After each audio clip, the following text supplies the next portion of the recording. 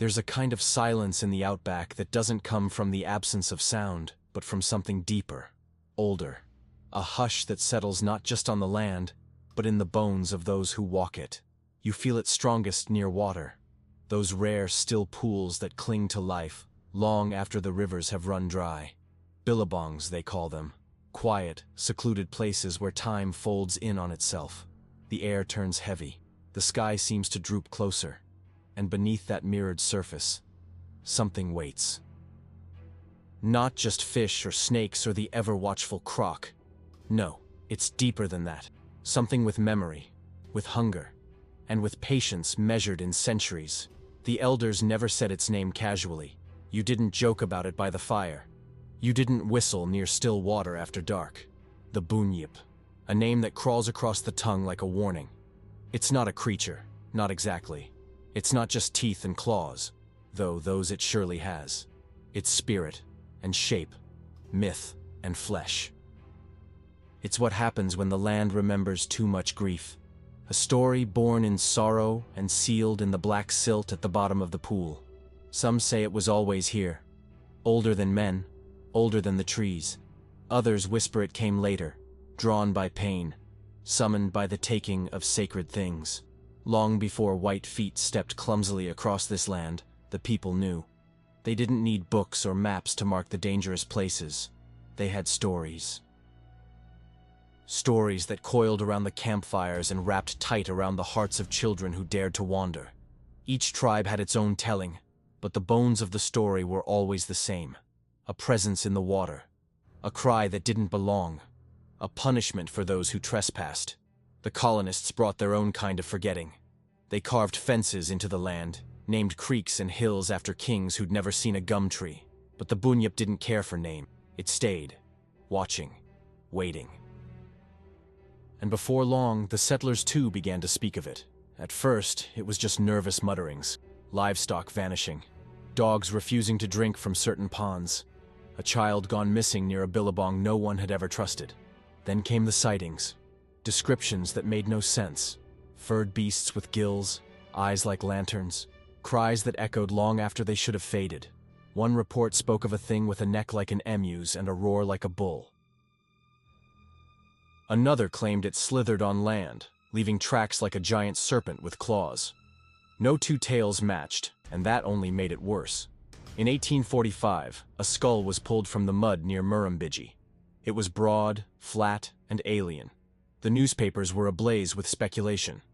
The skull of a Bunyip, they cried. It was displayed in a Sydney museum, drawing crowds in the hundreds.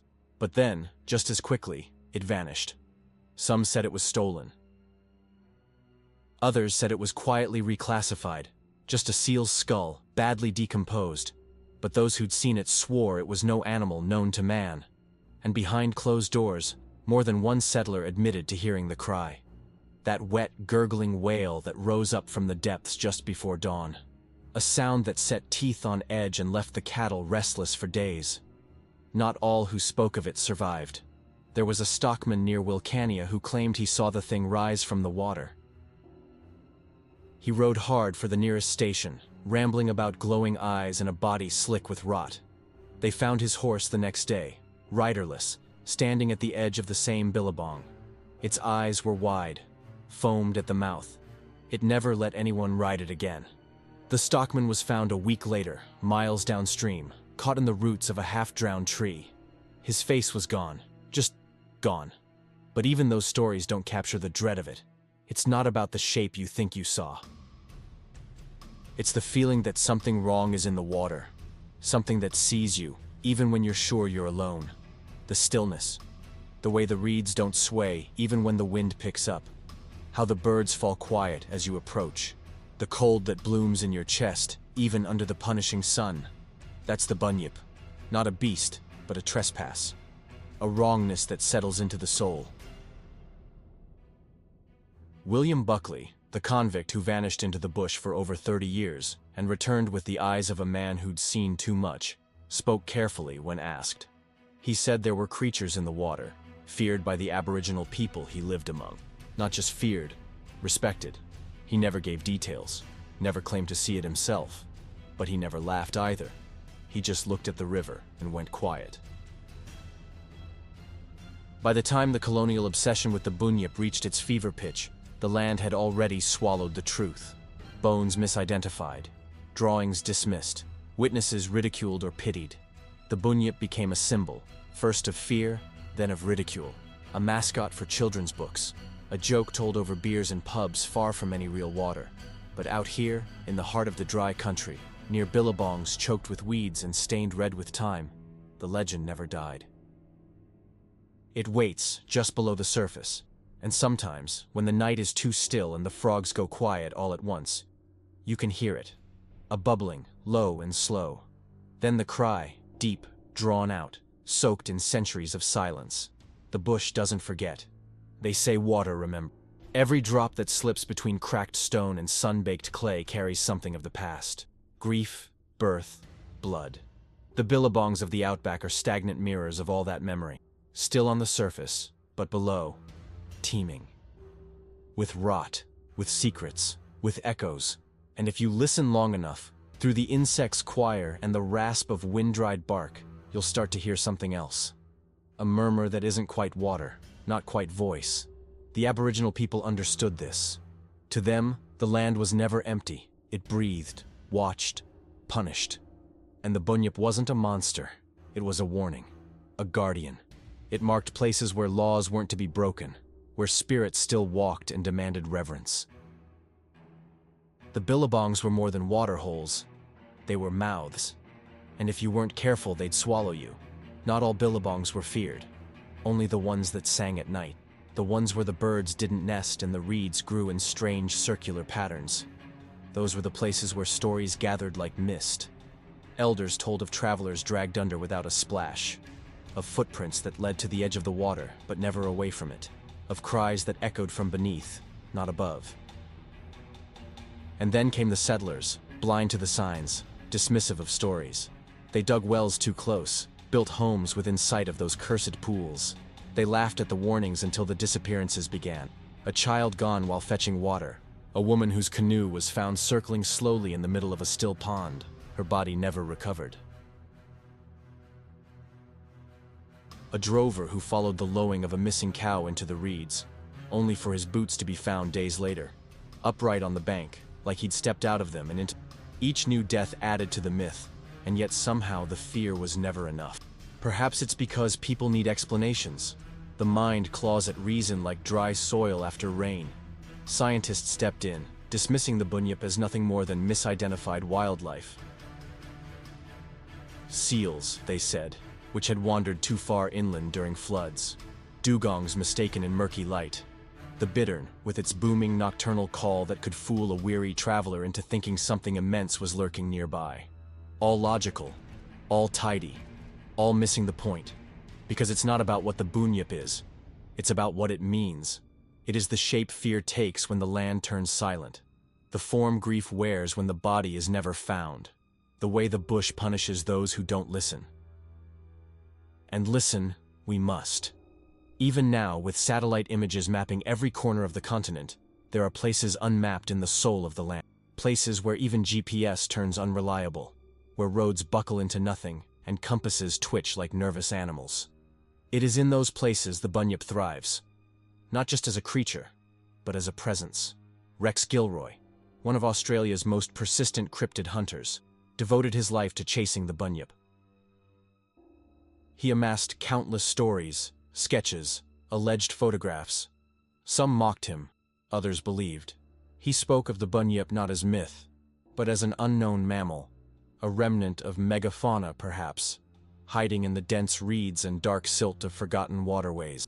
But even he admitted the creature defied classification. Its form changed. Its eyes, he said, were the only constant, always glowing, always wrong. But ask those who've truly lived near the billabongs, and they won't speak of eyes. They'll speak of sound, a sound that doesn't come from lungs but from the water itself. A bubbling moan, a distant wail, a pressure on the eardrum like the air itself recoiling. They say it comes just before dawn, when the fog sits low and the sky forgets to brighten. That's when the Bunyip stirs. In 1967, 2 boys from a sheep station near Narandera disappeared while fishing in a billabong known to the locals as dead water. The boat was found intact, rods still in place, bait half used. No sign of a struggle, no footprints, just silence. Their father, who had grown up hearing whispers of the Bunyip, refused to speak to the press. But years later, an old stockman who'd worked the land nearby claimed he'd heard it that night, the sound of water splitting open, like something vast had surfaced. And then, nothing. He never returned to that billabong. Said it watched him after that. The deeper you go into this country, the more it sheds its skin. Familiar rules blur. Night feels thicker. The horizon wavers like a mirage. And the stories, the ones people laugh at in cities, suddenly feel less like tales and more like warnings carved into the wind. The Bunyip doesn't need proof. It doesn't want belief. It only needs silence. And that, out here, is never in short supply. There's a moment just before dawn when the land seems to hold its breath. Not quite night, not quite day. The stars still linger, but their light is faint, shy. Birds haven't dared to stir. Even the wind seems uncertain. That's when the Bunyip is closest. Not in form, perhaps, but in feeling. In that charged stillness, where the world feels suspended and time forgets to move forward. It's in that breathless hush that the stories breathe loudest. You can't chase the Bunyip. It doesn't answer to traps or bait or cameras strung from trees. It's not prey. It's presence. It doesn't live in the water. It is the water, in the way a flame isn't just fire but heat, danger, light. When people ask where it lives, they ask the wrong question. It's not where, it's when. The Bunyip appears when the land remembers too much. When a secret rises. When someone dares take what shouldn't be taken. The Billabong at the edge of Tirabura Station was one such place. Long since forgotten by cartographers, choked with reeds and ringed by ghost gums that leaned like mourners, it held no practical value. But the station hands knew better than to camp near it. One stockman swore he saw a shape move under the surface, not swimming, not gliding, but dragging through the water like something too heavy for the world. Another spoke of dreams, always the same. A soundless scream, the press of water overhead, the sensation of being watched from below. Then came the wet season of '78. Rain fell for weeks, and the creek near the Billabong broke its banks. The ground turned to sponge. Fences disappeared beneath murky floodwater. When it receded, they found the bones. Not animal, not whole. A rib cage lodged in a tree. A skull half-crushed but unmistakably human. No record of who it was. No one missing. Not officially. But old Graham, who'd worked the land since the '50s, just nodded when they showed him. Some debts take a while to come due, he said. Some billabongs don't forget. And that's the thread you find, time and again. The Bunyip isn't always a punishment. Sometimes it's a reckoning. A memory so dense, so heavy, it crawls into the shape of a creature just to be understood. Water holds more than fish. It holds history. And in a land like this, where the past is barely buried, where every rock has a name and every wind a song, it doesn't take much for that history to rise. You hear it in the language. The way locals avoid certain names. That pond down by the east fence, instead of Old Hollows. Not out of forgetfulness, but respect. Fear, maybe. Some billabongs are never named. You don't name a thing that watches you back. And still, science tries to find cause and category.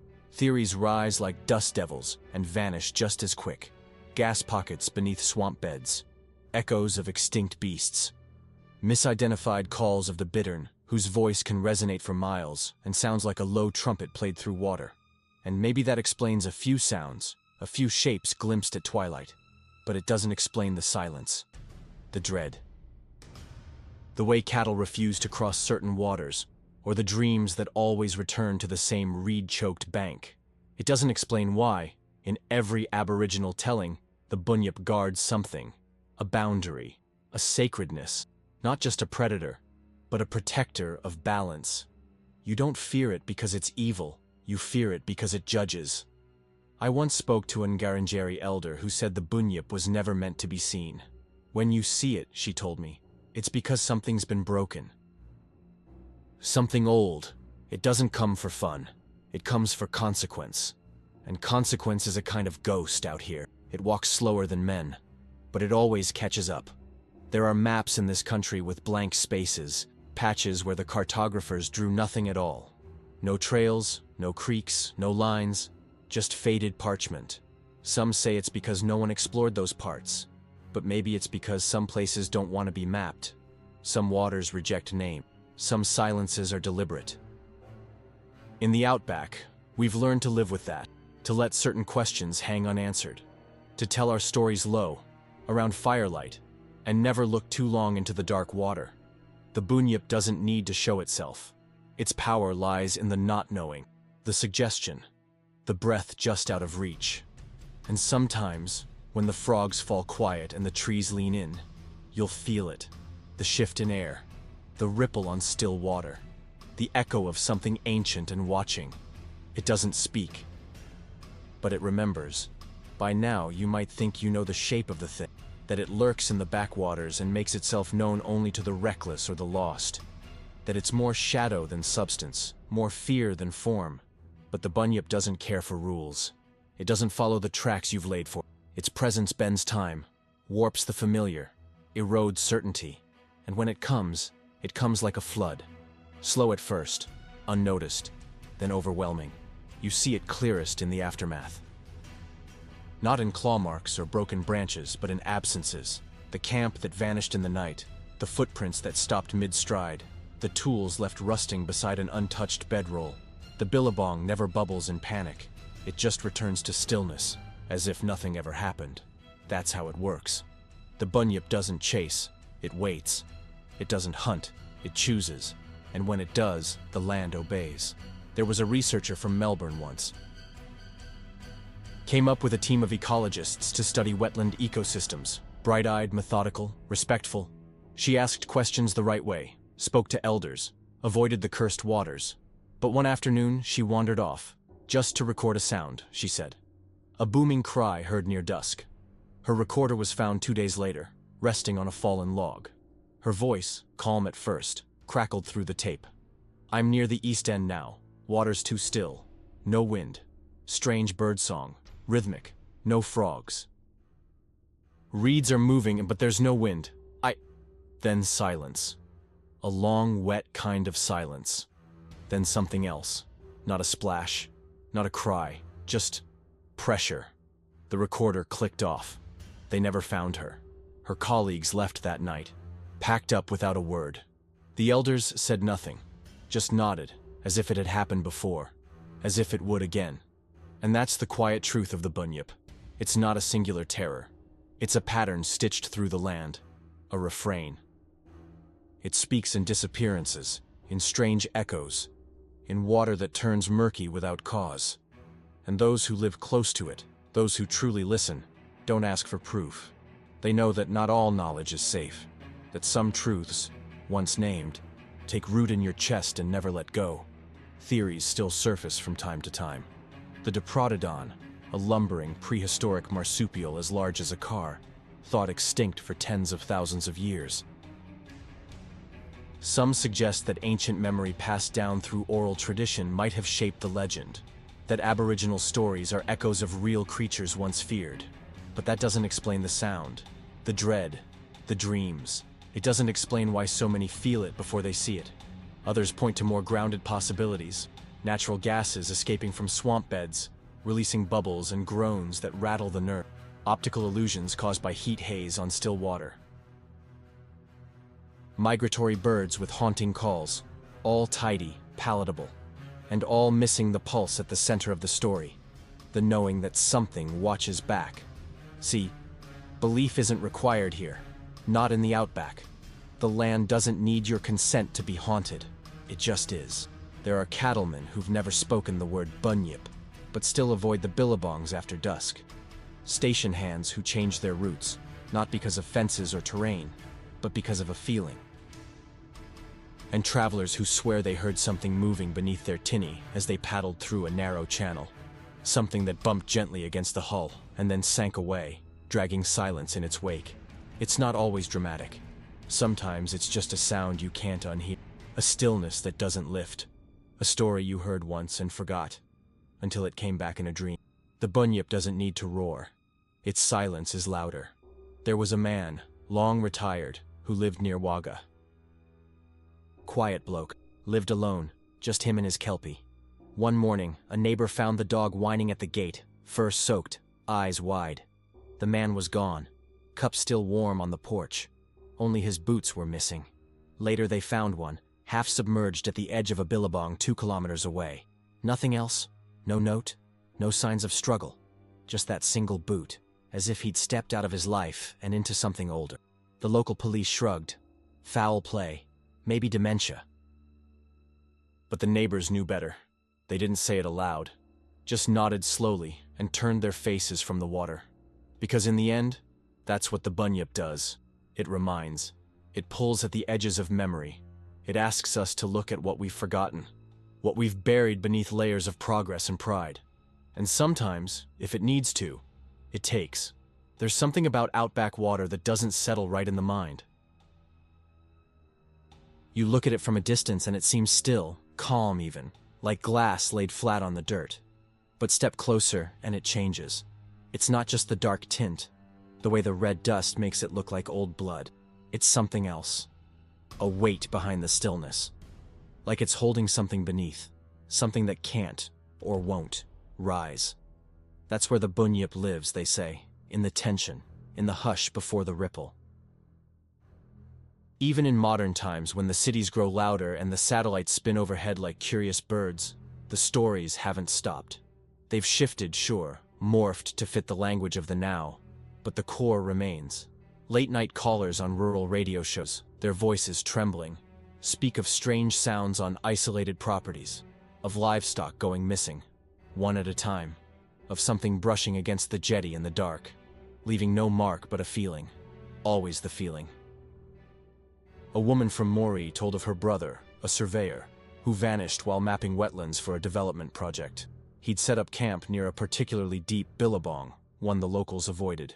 She found his notebook weeks later, tucked beneath a rock. The last entry was brief. "It watches when I'm not looking. Heard it breathing last night, not the wind." The authorities chalked it up to an accident, but no body was found. Not a scrap of fabric, not even a shoe. The notebook smelled faintly of algae and rot, and so, the Bunyip endures. Not in museums or taxidermy displays, but in the gaps, the empty spaces, the tales that never quite end. It's a story told in fragments, in things left behind, in cries that come with no throat to birth them, in waters that refuse to reflect the sky. You won't find it by looking. You'll find it by feeling, the way the hairs on your arms rise near certain creeks, the way silence settles around your shoulders like a wet cloth. Some say the Bunyip is part of the dreaming, woven into the fabric of the world, not separate from it. It isn't hunted because it is the hunt. It isn't feared because it kills. It's feared because it judges, because it remembers who crossed the lines, who disrespected the sacred. It's a spirit of balance. And like all such things, it doesn't explain itself. It just is. That's what makes it more than a legend. Legends can be disproved. Creatures can be caught. But the Bunyip isn't a creature. It's a consequence. The living echo of something ancient, walking alongside us, unseen but not unfelt. The Aboriginal stories never described it in detail. Not because they didn't know, but because it wasn't meant to be seen. Describing it is an act of arrogance. Naming it is a kind of trespass. You don't stare into sacred water and expect to understand what stares back. And yet, we keep trying. There are those who claim to have filmed it. Grainy footage, water disturbed in unnatural patterns, shapes that flit between reeds too quickly. Nothing conclusive, nothing definitive. But the footage isn't what matters. It's the look on their faces, that brittle edge in their voices when they tell you what they saw, or what they thought they saw. The way their eyes flick toward the water without meaning to. I met one such man near Bourke. Said he was night fishing alone, headlamp flickering, when he saw something rise at the edge of the pool. Not fast, not sudden, just deliberate. It didn't make sense, he told me. It was like a man standing in the water, but the shoulders were wrong. Too wide. And the skin. It glistened, but not with light. more like it was absorbing the dark. He never fished again. The Bunyip doesn't need to be seen. Its strength lies in the suggestion, in the space between sounds, in the breath you didn't realize you were holding. And as long as there are billabongs untouched by light, there'll be stories. As long as the land holds secrets, the Bunyip will remain, not hiding, watching. Because in this country, not all waters are safe, not all silences are empty, and not all things that vanish are lost. There's a strange sort of rhythm to life out here. Not the one you find in clocks or calendars, but the kind that lives in the dirt, in the shifting shadows of the trees, in the way dusk rolls in not with a shout, but a slow turning of the color in the sky. And in that rhythm, there are pauses, moments where something falters, a beat missed, a silence where sound should be. That's where the Bunyip moves, in the missteps, the forgotten corners, the fault lines between reason and dread. The land keeps no clean record. What's written is etched in wind, worn in stone, whispered in creeks, and yet when you look closely, you start to see a pattern emerge, scattered like bones half buried in floodplain silt. The missing, the strange sounds, the places where animals refuse to go. It's a story told in pieces, a song with verses sung far apart over generations, but it always hums the same refrain: stay away from the still water. That refrain echoed through the stories of the Yorta people, whose lands cradle many of the old waterways. For them, the Bunyip was a shapeshifter, a spirit that could wear many forms, none of them meant to be seen clearly. It guarded the sacred places, the billabongs tied to ceremony, memory, and balance. Children were taught not to play near those waters, not out of superstition but reverence. Fear, yes, but the kind rooted in understanding, not ignorance. Then came the settlers, with their hunger for land and their ears closed to warning. They drained wetlands for pasture, cut through ceremonial paths with fences and roads, and the water receded, but the stories did not. Instead, they deepened, grew darker. The Bunyip, once spoken of as guardian, began to take on a harder shape. Less watcher, more reaper, still a spirit, still consequence, but now also sorrow. The deeper you wade into those histories, the more blurred the line becomes between reality and myth. You hear of search parties that vanished, of campsites found untouched, fires still smoldering with no sign of where the people went. You read official reports that tiptoe around the strange, using words like inconclusive and presumed drowned, but always with an undercurrent of discomfort, like the paper itself doesn't want to hold the truth too tightly. One station worker, old enough to remember the droughts of the 60s, told me about a colleague who dared swim in a billabong the locals had long avoided. Hot day, he said. Bloke wanted to cool off. Reckoned the old stories were just bush talk. Stripped down, waded in. He paused there, staring into his tea like it might still hold the shape of what happened. Didn't come back up. No struggle. No shout. Just gone. We dragged the place for days. Nothing. Water was waist deep. I asked him what he thought happened. He shook his head. Reckon he got told. Told. Not taken. That's how they speak of it here.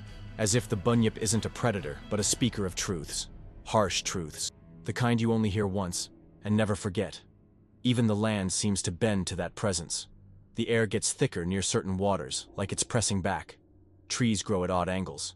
The birds fly wider arcs. And people change. They speak softer. Avoid the edges. Some leave offerings, small things, a coin, a folded leaf, a strip of cloth, not to appease, to acknowledge, because that's the key, really. The Bunyip doesn't demand sacrifice. It demands memory. It asks you to remember what was lost, what was taken, what was ignored. And in a land where so much has been buried beneath cattle paddocks and concrete, that kind of remembering hurts. It digs deep. There's a creek near Gundagai that runs dry most years, but every few decades it swells beyond reason, floods out the low country. Locals say that's when you hear it again. The cry, not loud, but deep, like the land itself groaning. One old man told me it's the Bunyip mourning. It's not angry, he said, just sad, just tired of being forgotten. And maybe that's the most terrifying thought of all, that the Bunyip isn't out for blood, but for remembrance. That its voice, rising through the reeds and over the black water, is calling not for vengeance, but for witness. And if no one listens, then it comes closer. There are pockets of land in the outback where direction loses its meaning. North or south don't matter much when the ground crumbles the same under every boot, when the heat warps the line of the horizon until it turns in on itself. You'll be walking, confident, sure of your bearings, and then suddenly, without a sound or a sign, you're lost. Not in the usual sense. Not map lost, story lost. Like the land has pulled you sideways, slid you into a version of itself that runs deeper, older, and doesn't care for fences or memory. That's where the Bunyip walks, not above the ground, not under it, but in that hidden seam between sense and silence. Folks talk about cursed places like they're marked, scarred by fire or tragedy. But the truly dangerous ones aren't loud. They're quiet, almost too quiet. No bird song, no insect din, no wind. Just a hush that sticks to your skin, thick and warm like a fever. There's a place like that west of Menindee, where the Darling bends and loses its name. No sign, no track, only a widening of the trees and a low mist that clings close even in the dry season. Locals call it Hollow Bend, though the name shifts, changes, disappears from maps. Ask about it, and you'll get a shrug, maybe a glance away, and a softly muttered, "Better not." I first heard the story from a drover in his 70s, leathery skin, voice like cracked gravel. Said his grandfather took cattle that way once, back in the 30s, when the river ran high and the land was greener than it had any right to be. They made camp near the edge of a flooded grove. The cattle wouldn't settle, lowing all night, pacing in circles. Just before dawn, they broke. Stampede without warning. Half the herd was lost. His grandfather never took that route again. When asked why, he'd only say, "The water sang wrong." That phrase stuck with me. Sang wrong. I've heard similar from others over the years. Words that make no sense in the mouth, but feel right in the bones. The water doesn't shout. It doesn't scream. It hums. A vibration beneath the skin. A low song that wraps around your lungs and squeezes until even breathing feels borrowed.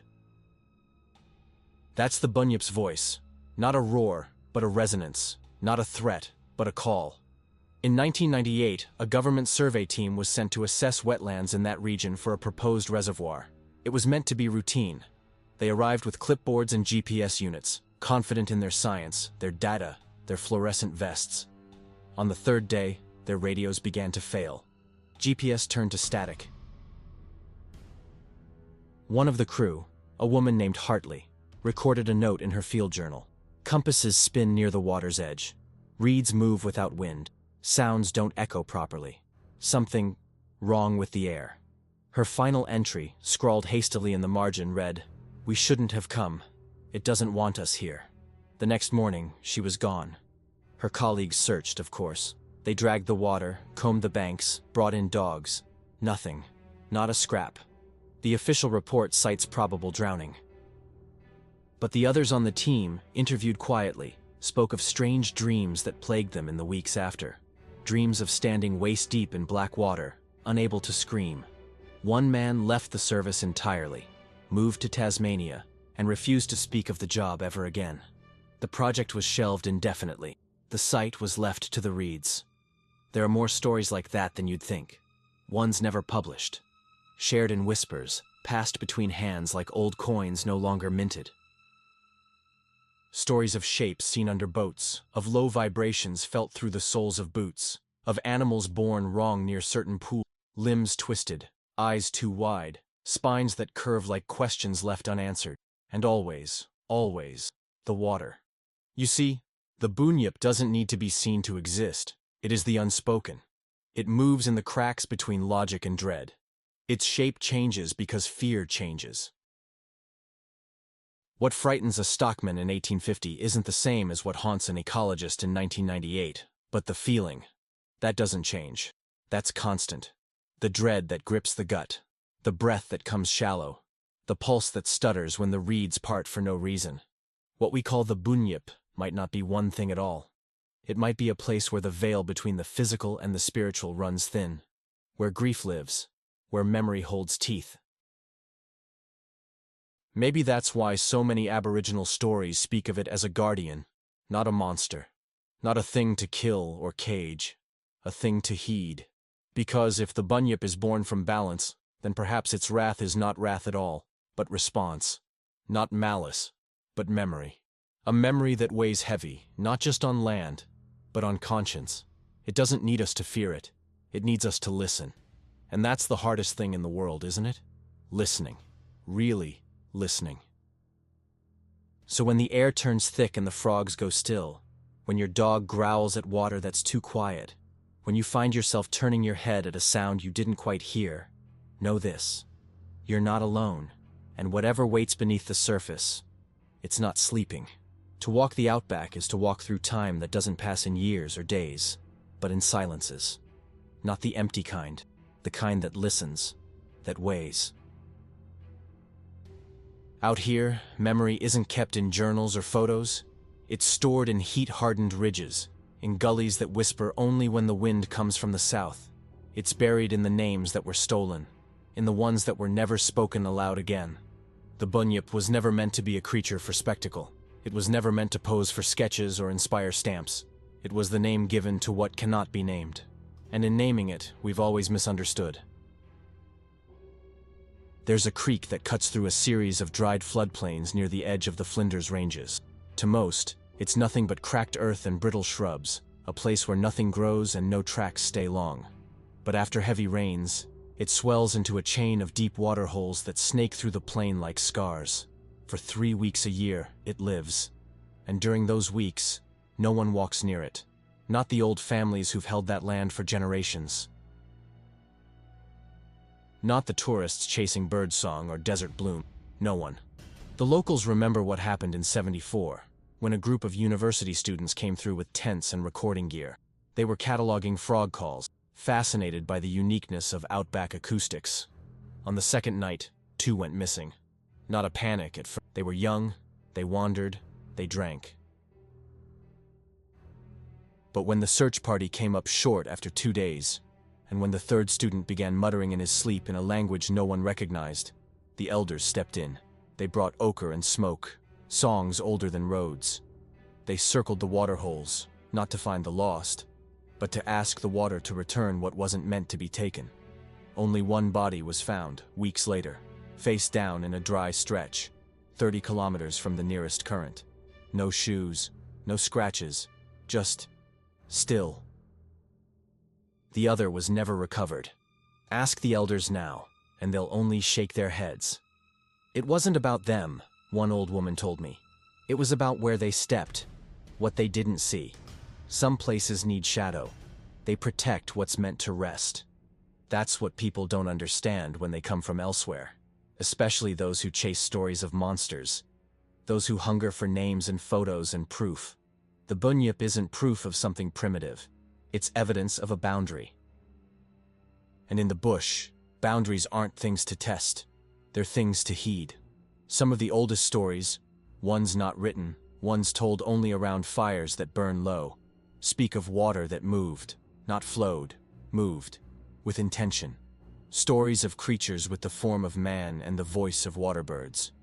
Of billabongs that swallowed whole families, not in flood, but in silence. The people didn't say they were attacked. They said they were reclaimed. And that word stays with me, reclaimed. It changes the nature of the tale, doesn't it? It suggests that what we call disappearance might be a kind of return. A balancing, not a violence. A reminder. In 2009, a satellite imaging team spotted what looked like large-scale movement in one of the lesser-mapped marshes northwest of the Barkley Tableland. Unexplained disturbances. Ripple patterns that suggested displacement. They sent a drone. The feed cut out.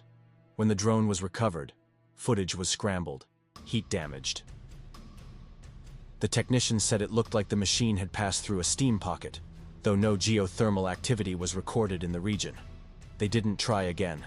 I spoke to one of the team months later in Darwin. He said the strangest thing wasn't the interference. It was the feeling he got reviewing the data. It was like something was looking back, he said. Not at the drone. At us. Like it knew what we were doing. That's the recurring note, again and again. Awareness. The Bunyip, whatever it is, isn't mindless. It's not a fish or a dinosaur or a misidentified seal. It has will. It has presence. It chooses. And that choice, that intelligence, is what truly disturbs those who've come too close. They'll never call it that, of course. They'll say it's stress, delusion, folklore. But I've seen the faces. I've heard the tremor in the voice, the subtle way they shift in their seat when the word comes up. Bunyip. They don't say it easily. It tastes strange in the mouth, too old, too true, and the land reacts. That's the part we keep forgetting. When the balance is upset, when something sacred is violated, whether by machines, greed, or ignorance, the land doesn't shout. It doesn't break. It adjusts. Quietly. Permanently. The tree that no longer blooms. The water that won't clear. The cattle that stop drinking. These aren't metaphors. They're messages. And the Bunyip, it seems, is the messenger. Not wrathful. Not cruel. But resolute. It appears not when we sin, but when we forget. When we cross without care. When we take without asking. When we laugh at warnings passed down like old bones wrapped in oilskin and silence. In the heart of the Northern Territory, there's a stretch of land where nothing grows. A perfect oval, ringed by life, but inside, dead. The ground is soft, moist even in drought. Locals call it the mouth. No one builds near it. No one fences it. It is left alone, not out of fear, but respect. The old ways still live there, not in stories told, but in silences kept. One woman, a midwife who worked in outstations for over 30 years, told me that babies born near that place always cried less, slept more, watched corners no one else looked at. She didn't fear it. She just knew. Some spirits hold, she said. Some never leave, and some listen through the water. It's easy to dismiss. To turn these stories into fable, to rationalize them away under the bright lights of reason and science. But those lights don't reach into the cracks. They don't shine under the roots of ghost gums or into the reflections of nameless waterholes. And when the generators die, when the radio fails, when the wind carries only one sound, that low, wet thrum like the world's throat clearing, you'll know. You'll know it was never a joke, never a tale for children. It was a map. One made not of lines, but of absences. A map that tells you where not to step, where not to look, where the land still remembers, and sometimes still replies. There's a final kind of quiet that settles just before dawn in the bush, the kind that isn't born from sleep or stillness, but from something much older, a pause in the earth's rhythm, like it's remembering something it would rather forget. That's when the call comes. Not every day, not even every year. But when it does, no one mistakes it. It doesn't echo. It doesn't rise. It just is. A low, moaning throb from somewhere under the surface, from a depth not measured by meters but by memory. That is the voice of the Bunyip, the men who once built tracks through these lands, laying telegraph wire and measuring distances with chains and paces, told of seeing shapes in the water beside their camps. Not fish, not crocs, just shapes. Darker than the water, slower than a current, watching. They joked about it during the day, named it, laughed. But come nightfall, they set their tents far from the banks and kept fires burning until dawn. In modern times, we think we've lit up all the shadows, but we haven't. We've just built around them. And when the lights fail, when the batteries die or the signal drops, the shadows remain. The Bunyip isn't gone. It never leaves. It simply waits until the noise stops, until the world grows still enough to hear it again. I visited a community north of Udnadada, remote enough that mail still came by plane. There, elders spoke of a place they refused to name aloud. A waterhole where no one swam, not even in the cruelest summers. One elder, wiry and soft-spoken, told me about the Ngankari, the healers, who would sing protection into the land. Not because of spirits, he said, because of stories. Stories become real if forgotten. That's when they need to walk again. That's what the Bunyip is, maybe. A story that became real because we forgot why it was told in the first place. because we reduced it to bedtime frights and postcards. But it isn't cute. It isn't quaint. It's a boundary, a ritual, a reminder that the land doesn't forgive. It balances, and balance, in the bush, is never passive. There's a billabong near Coober Pedy that hasn't dried once in living memory. Miners used to draw water from it before the desalination tanks were installed. One day, a young boy vanished while playing along its bank. His bike was found standing upright, wheels slowly turning in the wind. They say a ripple moved across the water like a sigh. Though the breeze had stopped by then, the boy's name is still spoken carefully, not out of mourning, but reverence. Every so often, new theories emerge, that the Bunyip is a metaphor for ancient fear, that it's a manifestation of climate memory, our mind's way of warning us about drought, flood, danger. Some say it's collective guilt, others, unresolved trauma. But whatever it is, it leaves marks. Not just on people, but on the land itself. You'll find places where nothing grows, where the soil is rich but the roots refuse to take, where birds pass over without circling, where the air smells different, like copper and old water. That's the Bunyip's touch. Not clawed, not brutal. Just presence. Heavy, undeniable, unspoken. There's something sacred about water in the Outback. It isn't plentiful. It isn't tame. And where it collects, it holds more than mud and fish. It holds the residue of story. And when that story is broken, when the songlines are severed or drowned beneath dam walls, something rises. Not always to punish, but to bear witness. To say, I was here. I am still here. You cannot erase me. That's what the cry of the Bunyip is, a call across the chasm of time and forgetting. A voice made not of lungs and throat, but of silence finally rupturing. And when you hear it, you don't run. You don't fight. You listen. Because the bush doesn't scream. It remembers. And some memories have teeth. In the end, it always comes back to the water. Not the rivers that race after rain. Not the creeks that cut through rock and churn with life. But the still places. The forgotten places. The billabongs that sit in silence, neither full nor empty, like lungs that refuse to exhale. Those are the places where the Bunyip dwells, where time thickens. Where sound goes to die. It doesn't need to prove itself. It doesn't need to emerge with dripping fangs or shatter the surface with spectacle. The Bunyip was never about that. It's a weight, not a wraith. It's what sinks into you long after the stories have stopped being told. There are people, quiet, weathered, unchanged by cities, who've lived near those waters their whole lives. They don't fear the Bunyip. Not exactly. They respect it. They know when to approach and when to stay back. They know which billabongs ask for silence and which demand song. They know that when the water moans, it's not wind, it's memory. It's something surfacing from deeper than silt. One man, a guide from up near Daily Waters, told me his grandfather used to pour a few drops of tea into the billabong before drinking from it. You give first, he said. You acknowledge the watcher. Not a god, not a monster, a witness. That word stayed with me. Because in all the accounts, all the whispers, all the nights huddled by fire, that's what the Bunyip is. A presence that watches what we choose to forget. It watches the land poisoned for profit. It watches the sacred paths torn up by machines. It watches the bones disturbed by hands that do not ask. And it waits. Not to lash out, to be remembered. See, in the cities they'll tell you the bush is harsh, that it's dry and cruel and unforgiving. But they forget that what's unforgiven is not drought or distance.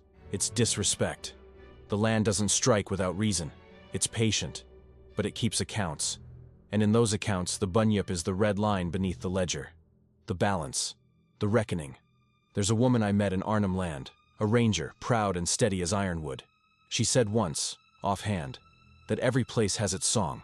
That if you sit still long enough, you'll hear it. But some songs aren't meant for you. Some are only for the ancestors. The Bunyip's billabong, she said, sings only to those who've forgotten what silence means.